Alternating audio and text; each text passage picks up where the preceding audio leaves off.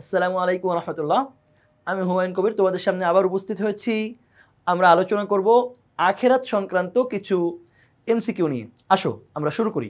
ইসলামের দৃষ্টিতে মানব জীবন কয় ভাগে বিভক্ত? ইসলামের দৃষ্টিতে মানব জীবন 3, 4 বা 5 ভাগে বিভক্ত নয়। ইসলামের জীবনে মানব জীবন 2 ভাগে বিভক্ত।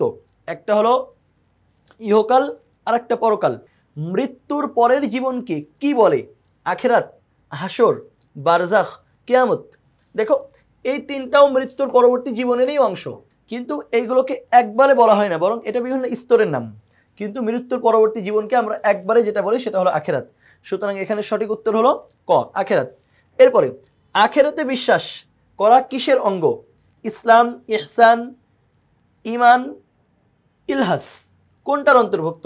আখেরাতে বিশ্বাস করা এটা ইমানের অন্তর্ভুক্ত, কারণ একজন মানুষকে ইমানদার হইতে হলে তাকে যে 7টা বিষয়ের উপরে বিশ্বাস করা জরুরি, তার অন্যতম একটা হলো আখেরাতে বিশ্বাস করা।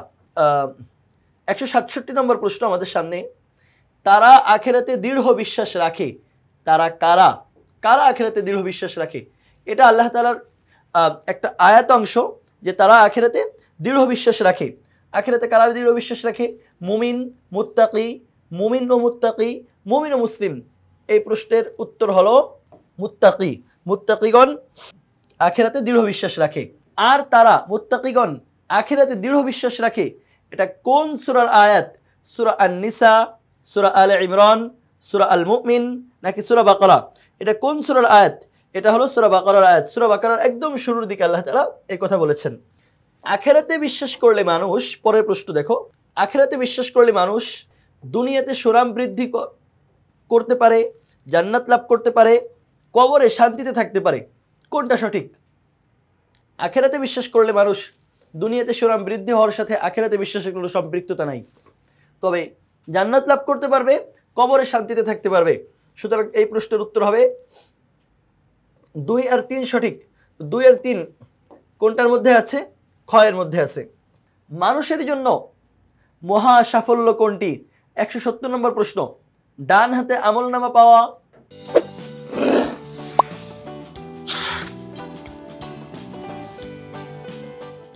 পুল সিরাত পার হওয়া, নেকির পাল্লা ভারী হওয়া, জান্নাতে অবস্থান করা। মানুষের জন্য মহা সাফল্য কোনটি? মানুষের জন্য মহা সাফল্য হলো ডান হাতে আমলনামা পাওয়া। এটাকে আল্লাহ তাআলা মহা সাফল্য বলে ঘোষণা করেছেন। ডান হাতে আমলনামা যে পেয়েছে তাকে তো জান্নাতে কখনো জাহান্নামে যাওয়াই লাগছে না, কারণ জান্নাতে এমন অনেকেই আসবে যারা জাহান্নাম থেকে ঘুরে আসবে, কিন্তু যে ডান হাতে আমলনামা পেয়েছে তাকে কখনোই জাহান্নামে যাওয়া লাগবে না। সুতরাং এটা মানুষের জন্য একটা মহা সাফল্য। আল্লাহ তাআলা কোরআন মাজিদের বিভিন্ন সূরার মধ্যে এটাকে মহা সফলতা বলে উল্লেখ করেছেন।